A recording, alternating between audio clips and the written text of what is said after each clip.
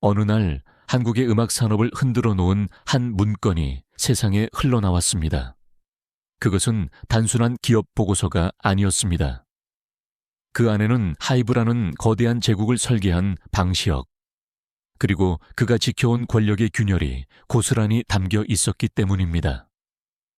BTS의 글로벌 전략은 어디까지 계산된 것이며 어디까지 우연이었을까?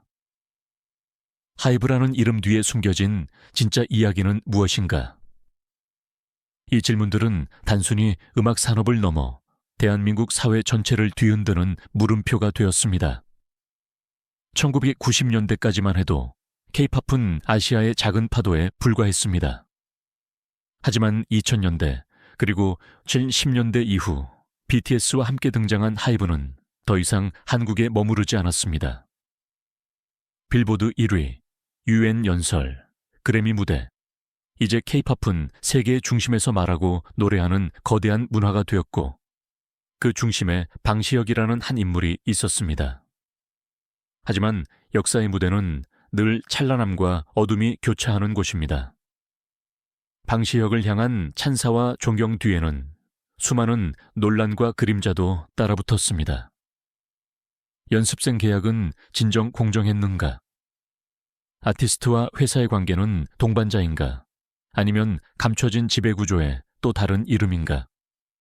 그리고 무엇보다 내부 문건이 드러낸 BTS 전략은 단지 음악을 위한 것이었을까? 아니면 더 큰 권력의 장치였을까? 많은 사람들은 말합니다. 하이브의 성공은 기적이라고. 그러나 또 다른 이들은 속삭입니다. 그 기적은 누군가의 희생 위에 세워진 비밀의 제국일지도 모른다고. 오늘 우리는 방시혁과 하이브의 역사를 따라가며 그 빛과 그림자의 경계를 마주하려 합니다. 그리고 마지막에 우리 스스로에게 물어야 할 것입니다. 과연 권력은 축복인가? 아니면 저주인가? 1997년 한국 사회를 뒤흔든 외환위기, 이른바 IMF 사태는 수많은 기업들을 무너뜨렸습니다. 경제는 혼돈 속에 빠졌고 엔터테인먼트 산업 역시 불확실성의 소용돌이 안에 있었습니다. 그러나 바로 그 시기 음악이라는 이름의 새로운 산업을 개척하려는 이들이 등장했습니다. 방시혁 역시 그중 한 사람이었습니다. 서울대학교 미학과를 졸업한 방시혁은 원래부터 비즈니스 거물은 아니었습니다. 그의 시작은 작곡가였습니다. 박진영과 함께 JYP에서 손을 잡으며 대중음악의 현장을 직접 경험했죠. 언론 보도에 따르면 그는 당시 이미 히트메이커로 불렸습니다. 곧 박지훈 2000년대 초반 K-팝의 상징 같은 노래들이 그의 손끝에서 태어났습니다. 하지만 음악은 단순히 예술이 아니라 산업이기도 합니다. 작곡가로서의 성공에 만족했다면 방시혁의 이름은 단지 음반 크레딧의 한 줄로 남았을 것입니다. 그러나 그는 달랐습니다. 그는 시스템을 보았습니다. 기획사 구조, 연습생 시스템, 매니지먼트와 아티스트의 관계, 모두가 당연하게 받아들이던 이 구조 속에서 방시혁은 새로운 길을 상상했습니다. 2005년 그는 독립을 결심합니다. 그리고 빅히트 엔터테인먼트를 설립합니다. 당시만 해도 작은 효회사, 자본도 없고 인지도도 없었습니다. 당대의 거대 기획사 SM, YG, JYP에 비하면 빛조차 미약한 작은 불꽃이었습니다. 많은 사람들은 그저 작곡가가 만든 작은 회사 정도로만 여겼습니다. 그러나 방시혁은 달랐습니다. 그는 단순히 아이돌 그룹을 만드는 회사가 아니라 음악과 서사를 결합한 브랜드를 만들고자 했습니다. 즉, K-팝을 산업이자 이야기로 확장하려는 야심이었죠. 여기서 중요한 질문이 생깁니다. 그는 왜 굳이 불가능에 가까운 도전을 택했을까? 자본도, 인맥도, 거대 자본의 지원도 없이 그는 무엇을 보고 이 길을 걸어간 것일까? 많은 평론가들은 말했습니다. 방시혁은 당시 한국 음악 산업의 구조적 빈틈을 보았다고. 한류가 일본, 중국에서 인기를 얻고 있었지만 여전히 지역적 한계를 벗어나지 못했습니다. 세계 무대로 나아가려면 단순한 노래가 아니라 세계인들이 공감할 수 있는 스토리와 브랜드가 필요했습니다. 빅히트의 출발은 초라했습니다. 첫 아티스트 88, 2AM 등은 잠시 주목을 받았지만 곧 사라졌습니다. 회사는 적재에 시달렸고 곧 망할 것이라는 말이 따라붙었습니다. 그러나 그는 포기하지 않았습니다. 그의 눈은 이미 더 먼 곳, 더 큰 무대를 향하고 있었기 때문입니다.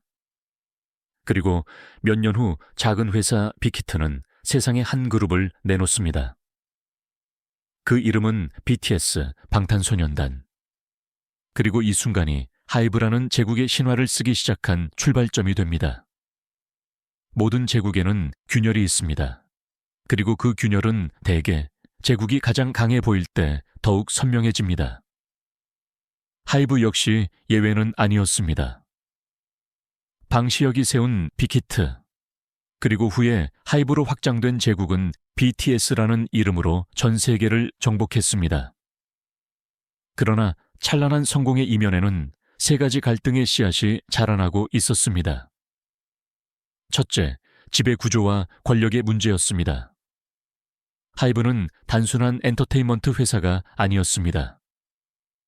주식 상장을 통해 수조 원의 가치를 가진 초거대 기업으로 성장했지만 그 중심에는 여전히 방시혁 개인의 강력한 영향력이 존재했습니다. 언론 보도에 따르면 내부 문건은 경영권을 둘러싼 치밀한 전략과 통제를 보여주었습니다. 이 제국은 진정한 투명성을 가지고 있는가라는 질문이 사회 곳곳에서 흘러나오기 시작했습니다. 둘째, 아티스트와 회사의 관계였습니다.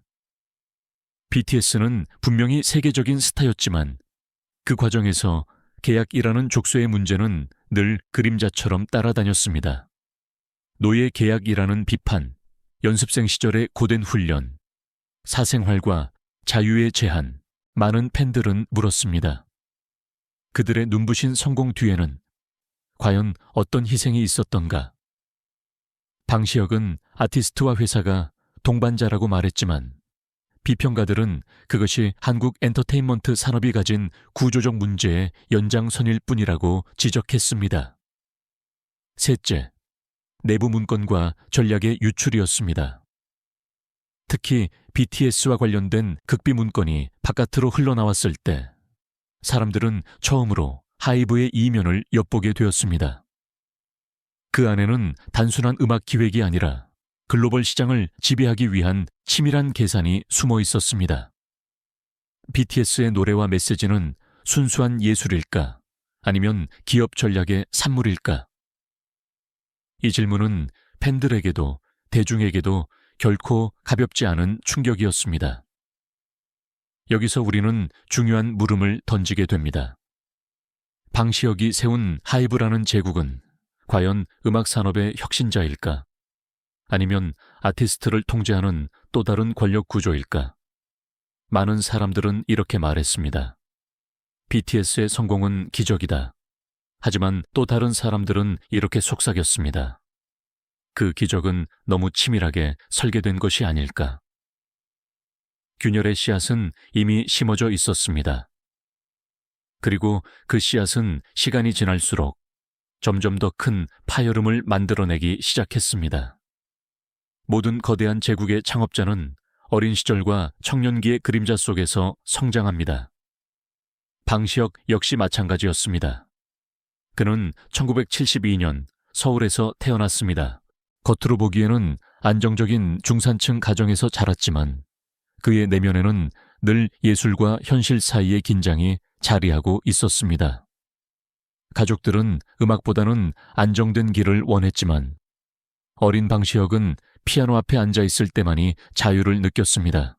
학교 성적은 뛰어났고 결국 서울대학교 미학과에 입학했지만 그의 관심은 철학이나 예술 이론이 아니라 현실 속에서 음악이 어떻게 울리는가에 있었습니다. 서울대 시절 그는 이미 동료들 사이에서 괴짜 같은 천재로 불렸습니다.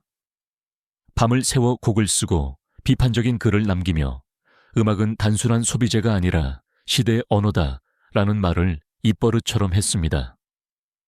많은 이들은 그를 존경했지만 동시에 너무 예민하고 지나치게 치밀하다는 평가도 뒤따랐습니다. 졸업 후 그는 곧바로 음악 산업에 뛰어듭니다. JYP에서 박진영과 손을 잡으며 작곡가로 이름을 알리기 시작했죠. 이때 그는 대중가요의 세계를 직접 체험했습니다. 화려해 보이는 무대 뒤, 아티스트들의 눈물, 혹독한 연습생 시스템, 그리고 무엇보다 산업 논리 앞에서 예술이 어떻게 타협하는가를 목격했습니다. 그 경험은 방시혁의 내면에 깊은 흔적을 남겼습니다. 그는 예술가로서의 자존심과 사업가로서의 현실 감각 사이에서 끊임없이 흔들렸습니다. 나는 음악을 사랑한다. 그러나 음악만으로는 살아남을 수 없다. 그가 훗날 인터뷰에서 남긴 이 고백은 청년기의 갈등을 그대로 드러냅니다. 하지만 동시에 그는 자신의 약점을 누구보다 잘 알고 있었습니다. 성격이 예민하고 타협을 잘 못하며 지나치게 완벽을 추구하는 성향. 동료들은 그를 늘 고민에 빠져 있는 사람이라고 불렀습니다. 그러나 바로 그 약점이 그를 더욱 치밀하고 전략적인 인물로 만들었습니다. 방시혁은 자신의 감정적 불안을 시스템과 전략으로 보완하려 했습니다. 많은 사람들은 이렇게 말했습니다. 그는 단순한 작곡가가 아니다. 그는 스스로를 경영자로 훈련시키고 있다. 이때부터 방시혁의 인생은 단순히 음악을 만드는 길이 아니라 음악을 통해 권력과 영향력을 설계하는 길로 옮겨가고 있었습니다. 청년 시절 방시혁은 이미 대중음악 산업에서 이름을 알린 작곡가였습니다. 그러나 그의 인생을 근본적으로 바꿔놓은 것은 귀환의 순간, 즉 안정된 길을 버리고 새로운 제국을 세우기로 한 결심이었습니다. 2004년 무렵 그는 JYP에서 성공을 거둔 뒤에도 늘 같은 질문에 시달렸습니다. 나는 남의 제국을 위해 곡을 쓰는 사람일 뿐인가? 아니면 나만의 제국을 만들 수 있는 사람인가? 많은 동료들은 그를 말렸습니다. 이미 잘 나가는 작곡가인데 굳이 위험을 감수할 필요가 있겠냐는 것이었죠. 그러나 방시혁은 오히려 그 불안 속에서 새로운 가능성을 보았습니다. 그는 더 이상 누군가의 곡을 쓰는 사람이 아니라 세계를 설계하는 사람이 되고 싶어 했습니다. 2005년 그는 결국 빅히트 엔터테인먼트를 설립합니다. 이것은 단순한 창업이 아니었습니다. 그의 삶 전체를 건 운명의 선택이었습니다. 하지만 현실은 냉혹했습니다. 빅히트는 작은 사무실 하나로 시작했습니다. 당시 하이브의 전신인 빅히트에는 자본도 인맥도 거대한 팬덤도 없었습니다. 그가 가진 것은 곡을 만드는 능력과 새로운 시스템에 대한 비전뿐이었습니다. 처음 몇 년 동안은 실패의 연속이었습니다. 2AM, 바이트웨이트 등 초창기 아티스트들이 잠시 주목을 받았지만 회사의 생존을 보장하지는 못했습니다. 빅히트는 늘 자금난에 시달렸고 빅히트는 곧 망할 것이다 라는 말이 업계에서 공공연히 돌았습니다. 그러나 바로 그 순간 방시혁은 하나의 결정을 내립니다. 우리는 단순히 가수를 키우는 회사가 아니다. 우리는 이야기를 만드는 회사다. 그는 연습생들에게 단순히 노래와 춤을 가르치지 않았습니다. 그들의 삶과 고통, 목소리를 음악에 담게 했습니다. 그 결과 2013년 한 그룹이 데뷔하게 됩니다. 그 이름은 방탄소년단 BTS. 당시만 해도 그들은 주목받지 못했습니다. 음악 방송에서 상위권에 오르지 못했고 언론도 외면했습니다. 그러나 방시혁은 포기하지 않았습니다. 이어 2020년에는 빅히트가 상장을 앞두고 대대적인 확장을 단행합니다. 플레디스 엔터테인먼트, 세븐틴 소속사를 인수하면서 빅히트는 단순히 BTS 한 팀에 의존하는 회사가 아니라 멀티레이블 체제로 변모하기 시작했습니다. 2021년 빅히트는 이름을 하이브 HYB로 바꾸며 새로운 선언을 합니다. 우리는 더 이상 기획사가 아니다. 음악 기반 라이프스타일 플랫폼이다. 이는 단순히 아티스트를 관리하는 회사가 아니라 음악, 기술, 플랫폼, 팬덤 비즈니스를 아우르는 거대한 제국으로의 진화를 의미했습니다. 이 무렵 하이브는 BTS의 성공을 기반으로 시가총액 수십조 원의 기업으로 성장했습니다. 상장 첫날만 해도 주가 변동으로 논란이 있었지만 장기적으로 볼 때 하이브는 세계에서 가장 가치 있는 엔터테인먼트 기업 중 하나로 자리 잡았습니다. 그러나 바로 여기서 균열의 그림자가 드리워집니다. BTS의 군입대 문제, 아티스트와 팬덤의 피로도, 그리고 거대해진 조직 속에서 불거지는 권력 다툼과 지배구조 논란. 많은 이들이 물었습니다. 하이브는 이제 단순한 음악 기업을 넘어섰다. 그렇다면 그 거대한 제국은 누구의 것이며 누가 통제하는가? 내부 문건의 존재가 세상에 알려진 것도 바로 이 시점이었습니다. 거기에는 단순한 경영 보고가 아니라 아티스트와 팬덤을 전략적 자원으로 규정하는 냉정한 언어가 담겨 있었습니다. 언론 보도에 따르면 문건의 핵심은 이렇습니다. BTS는 글로벌 확장의 수단이며 하이브의 지속 성장을 위한 핵심 기둥이다. 많은 팬들은 충격을 받았습니다. 그들이 믿어온 진정성과 서사가 혹시 철저히 계산된 경영 전략의 일부였던 것은 아닐까 하는 의심이 피어올랐기 때문입니다. 방시혁의 초기 성공과 전략은 하이브를 세계 제국으로 만들었습니다. 그러나 그 성공은 동시에 앞으로 다가올 거대한 권력 전쟁의 무대를 준비하는 과정이기도 했습니다. 하이브가 글로벌 제국으로 부상하자 그 안에서는 피할 수 없는 전쟁이 시작되었습니다. 그 전쟁은 단순한 음악 시장의 경쟁이 아니라 권력을 둘러싼 싸움이었습니다. 우선 지배구조의 문제가 수면 위로 떠올랐습니다. 하이브는 2020년 코스피 상장을 통해 주식시장에서 수조 원의 가치를 인정받았지만 동시에 수많은 주주들이 등장하면서 방시혁 개인의 영향력은 어디까지인가? 라는 질문이 쏟아졌습니다. 내부 문건에는 이사회의 권한 배분, 경영권 방어 전략, 그리고 방시혁이 어떻게 절대 권력을 유지할 것인가에 대한 시나리오가 담겨 있었다고 전해집니다. 언론 보도에 따르면 일부에서는 하이브는 사실상 방시혁의 개인 회사에 가깝다는 분석이 나왔습니다. 그는 지분율을 줄였음에도 핵심 결정을 내려야 하는 순간마다 여전히 가장 강력한 영향력을 행사했습니다. 투명한 주식회사인가 아니면 또 다른 형태의 왕국인가? 많은 이들이 그렇게 물었습니다. 또 하나의 전쟁은 아티스트와의 갈등이었습니다.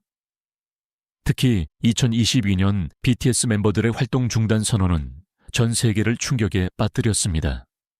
팬들은 혼란스러웠습니다. 이 결정은 멤버들의 자유로운 선택이었을까? 아니면 회사의 전략적 계산이었을까? 일각에서는 내부 문건에 적힌 군입대 시점 관리와 솔로 활동 분산 전략이 떠올랐습니다.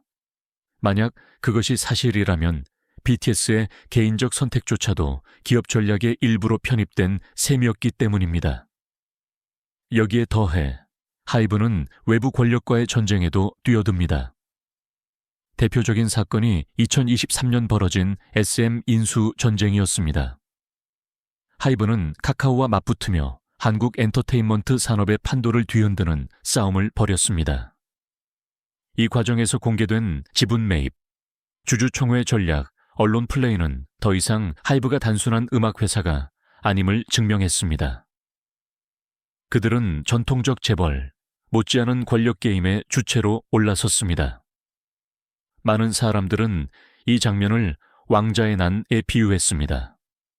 기존의 3대 기획사 체제를 흔들고 새로운 제국을 차지하기 위한 싸움. 그리고 그 싸움의 중심에는 언제나 방시혁이 있었습니다.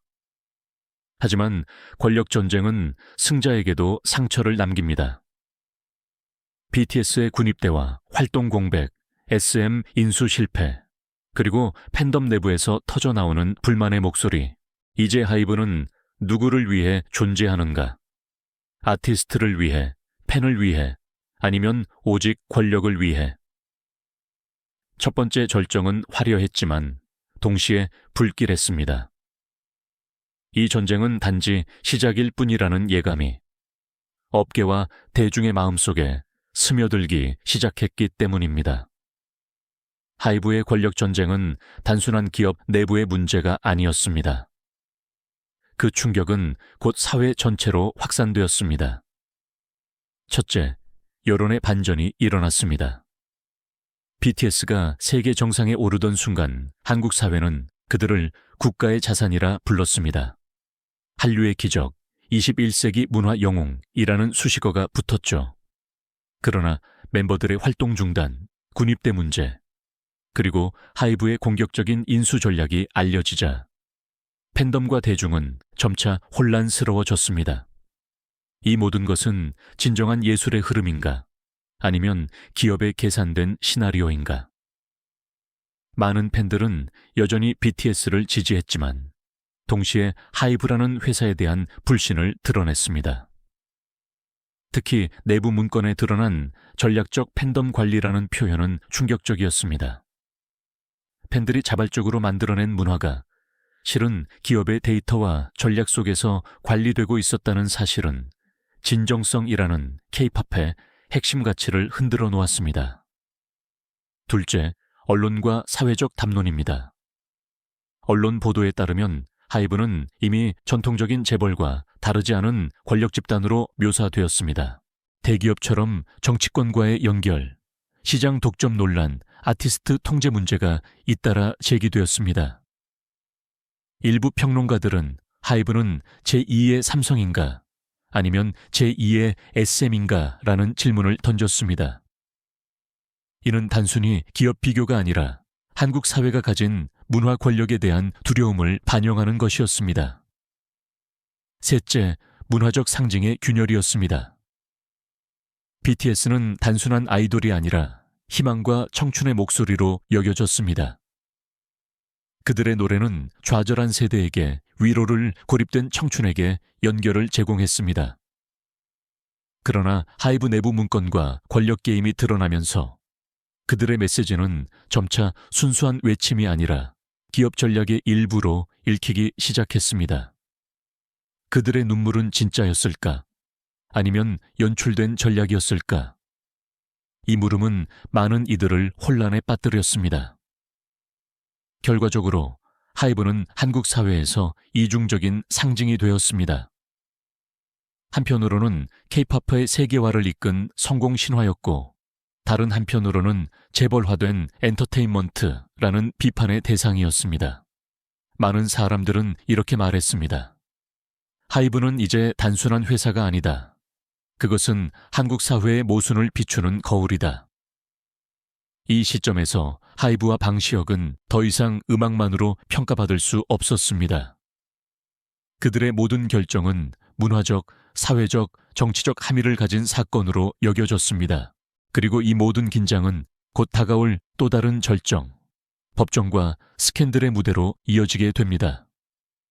첫 번째 권력 전쟁이 끝나자 하이브와 방시혁을 기다리고 있던 것은 법정과 스캔들의 파도였습니다.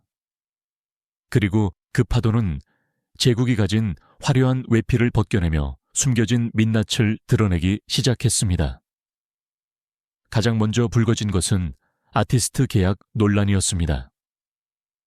연습생과 소속 아티스트들이 겪는 과도한 통제, 장기 계약, 그리고 수익 배분 문제는 이미 오랫동안 한국 엔터테인먼트 산업을 따라다닌 고질적 의혹이었습니다.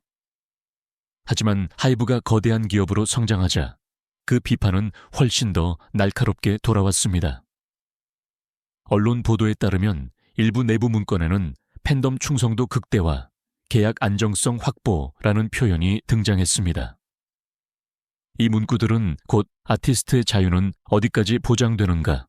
라는 윤리적 논란을 불러왔습니다. 다음은 주가 조작과 투자자 보호 문제였습니다. 하이브가 상장한 2020년 주가가 급등락하며 수많은 개인 투자자들이 손실을 보았습니다. 기업 가치는 과연 정당하게 평가된 것인가? BTS 의존도가 높은 구조에서 투자자 보호는 충분했는가? 이 질문들은 금융감독원의 조사와 함께 법정 공방으로 이어졌습니다. 비록 방시혁 개인이 직접 기소되지는 않았지만 그의 이름은 언론의 헤드라인에 반복적으로 오르내렸습니다. 그리고 결정적인 순간이 찾아왔습니다. 2023년 SM 인수전쟁 과정에서 드러난 공정거래위원회 조사와 주주총회 갈등은 하이브를 단순한 연예기획사가 아니라 한국 재벌 구조의 한 축으로 위치시켰습니다. 정치권까지 개입하며 문화 권력의 독점이라는 새로운 프레임이 씌워졌습니다. 많은 평론가들은 이것을 문화계의 국정농단이라 부르기도 했습니다.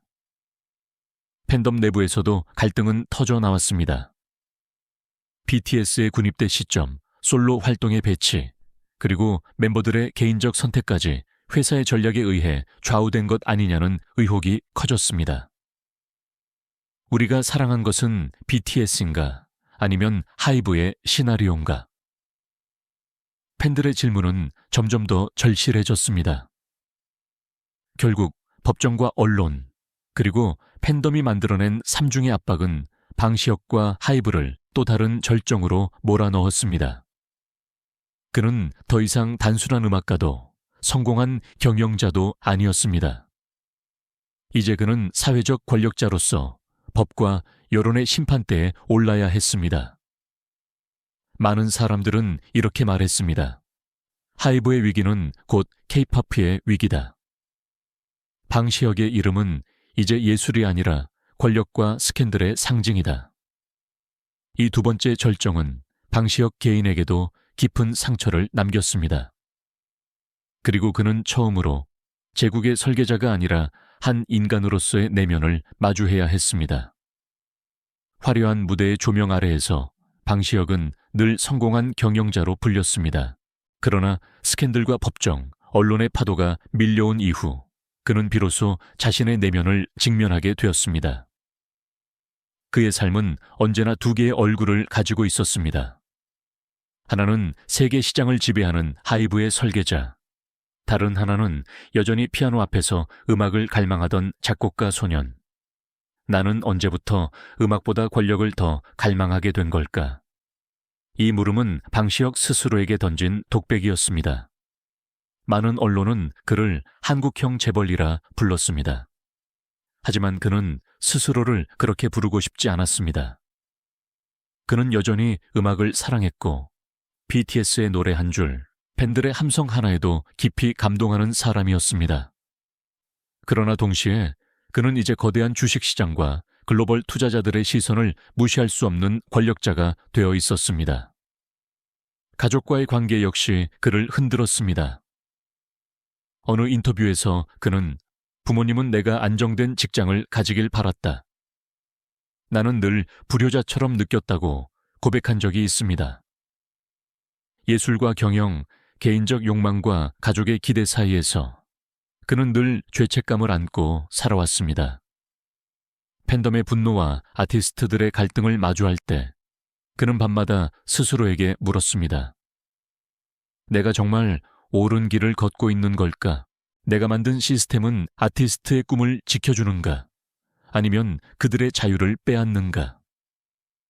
내부 문건이 유출되며 불거진 비판, 투자자들의 소송, 정치권과 언론의 압박은 그의 내면을 더욱 갈라놓았습니다. 방시혁은 어느 자리에서 이렇게 말했다고 전해집니다.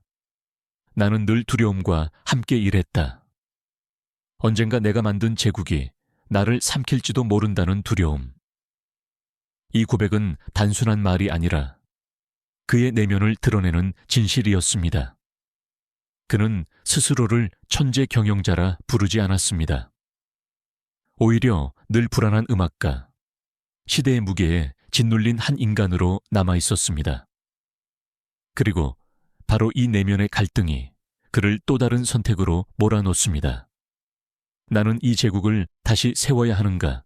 아니면 무너짐을 받아들여야 하는가? 그의 독백은 단지 개인의 고백이 아니라 K-팝 산업 전체가 직면한 정체성과 양심의 질문이기도 했습니다. 위기의 정점에서 방시혁과 하이브는 선택의 기로에 섰습니다. 무너질 것인가? 아니면 다시 일어설 것인가? 그리고 그들이 택한 길은 재건과 개혁이었습니다. 첫째, 지배구조의 재편이 있었습니다. 상장 이후 끊임없이 제기되던 사유화된 제국이라는 비판을 의식한 듯 하이브는 이사회 구조를 개편하고 외부 인사를 영입하며 투명성을 강화하려 했습니다. 하이브는 더 이상 한 사람의 회사가 아니다. 방시혁은 그렇게 선언했습니다. 그러나 사람들은 여전히 물었습니다. 그렇다면 방시혁 없는 하이브를 상상할 수 있는가? 둘째, ESG 경영을 내세운 변화였습니다. 환경, 사회, 지배구조, 전통적인 재벌들이 뒤늦게 도입한 화두를 하이브는 선제적으로 문화산업에 접목하려 했습니다. 지속 가능한 콘서트, 아티스트 권익보호, 사회 공헌 활동. 특히 BTS가 유엔에서 청년 세대의 목소리를 전한 것은 하이브의 이미지 회복 전략과 맞닿아 있었습니다. 셋째, 글로벌 확장 전략의 재정비였습니다. SM 인수 실패 이후 하이브는 오히려 북미와 일본 등 해외 시장에 집중했습니다. 2021년 미국 이타카 홀딩스를 인수하며 저스틴 비버, 아리아나 그란데 등 글로벌 스타들을 포트폴리오에 포함시킨 것은 단순한 사업 확장이 아니라 하이브는 BTS 의존에서 벗어나겠다는 선언이었습니다. 이는 동시에 K-팝 산업의 국제화를 가속하는 계기가 되었습니다. 그러나 이 모든 개혁의 한가운데에도 방시혁의 개인적 흔적은 지워지지 않았습니다. 그는 여전히 하이브의 설계자로 불렸고 그의 결정은 곧바로 기업의 미래와 직결되었습니다. 많은 사람들은 이렇게 말했습니다. 하이브의 개혁은 방시혁이 자신을 정당화하려는 몸부림이다. 그러나 또 다른 이들은 말했습니다. 그의 개혁이야말로 K-팝을 산업으로서 지속 가능하게 만든 전환점이다. 결국 재건과 개혁은 단순한 기업 전략을 넘어 방시혁이라는 개인의 유산 레거시를 둘러싼 이야기로 이어졌습니다. 그가 남길 것은 음악인가, 권력인가, 아니면 모순투성이의 제국인가? 이 질문은 여전히 열린 채로 남아 있었습니다.